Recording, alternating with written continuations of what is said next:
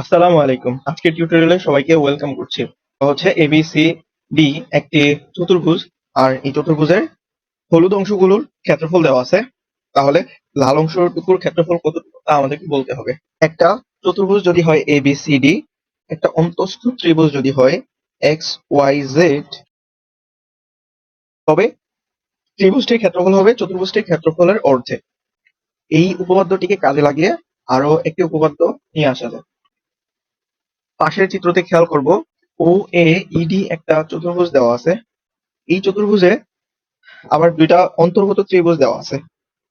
তো একটা হচ্ছে সবুজ ত্রিভুজ আর একটা হচ্ছে লাল ত্রিভুজ।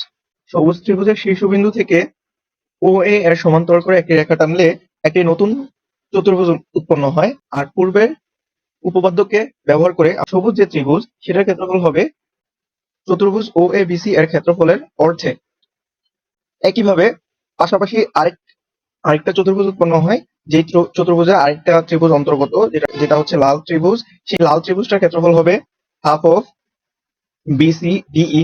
চতুর্ভুজ ও এ বিসি এর পাশে যে চতুর্ভুজটা তৈরি হয়েছে যোগ করে দিলে আমরা পাচ্ছি হচ্ছে লাল ত্রিভুজের ক্ষেত্রফল, সবুজ ত্রিভুজের ক্ষেত্রফল হচ্ছে টোটাল চতুর্ভুজের ক্ষেত্রফলের অর্ধেক। তাহলে আসা যাক। আচ্ছা, এবিসিডি চতুর্ভুজে একটা অন্তর্গত ত্রিভুজ হচ্ছে, যে পয়েন্টে ছেদ করেছে সেটার নাম দিলাম হচ্ছে এক্স, এইদিকেও যেটা ছেদ করেছে সেটার নাম দিলাম ওয়াই, আর এইদিকে যেটা ছেদ করেছে সেটার নাম দিলাম র্যান্ডম কিছু একটা জি। এবিসিডি চতুর্ভুজের অন্তর্গত এ এক্স ডি ত্রিভুজের ক্ষেত্রফল হবে এবিসিডি চতুর্ভুজের ক্ষেত্রফলের অর্ধেক। ডি ত্রিভুজে কিছু খালি অংশ দেখা যাচ্ছে যাদের ক্ষেত্রফলকে আমরা মনে মনে ধরে নিব। আচ্ছা, এটাকে এম দেওয়া আছে, এটাকে ধরে নিব হচ্ছে এম। আর যে লাল অংশটা,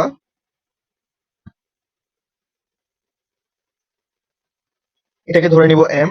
আর যে লাল অংশটা সেটার ক্ষেত্রফলকে ধরে নিব হচ্ছে আর। 10 plus M plus 79 plus N is equal to half of চতুর্ভুজ আছে,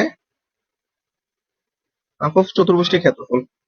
আচ্ছা, এটা না হয়ে গেল, এই যে চতুর্ভুজে ওইটা থেকে যে অনুসিদ্ধান্তটা আমরা দেখে এসেছিলাম সেটা সেটা অ্যাপ্লাই করার চেষ্টা করবো।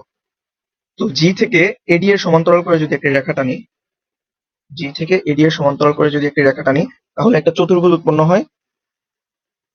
যেই চতুর্ভুজের দুইটা অন্তর্গত ত্রিভুজ হচ্ছে এ ডি জি, আর এটা হচ্ছে জি ওয়াই বি।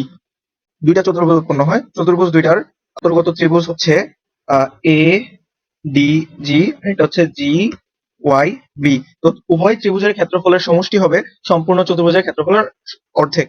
এই এ ডি জি যে ত্রিভুজটা আছে সেটার ক্ষেত্রফল হচ্ছে, একটা হচ্ছে এন আর আরেকটা হচ্ছে আর। আর আরেকটা যেটা জি ওয়াই বি, এটার ক্ষেত্রফল হচ্ছে একটা হচ্ছে এম ধরে নিয়েছি, আর আর দেখা যাচ্ছে, আর হচ্ছে 72।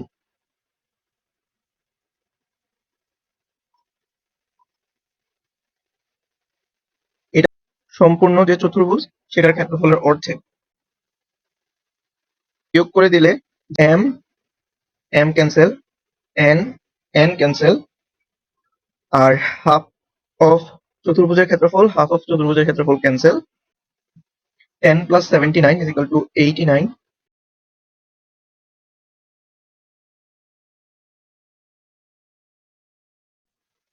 লাল যে অংশটা ছিল সেটার ক্ষেত্রফল চলে আসলো 9 একক।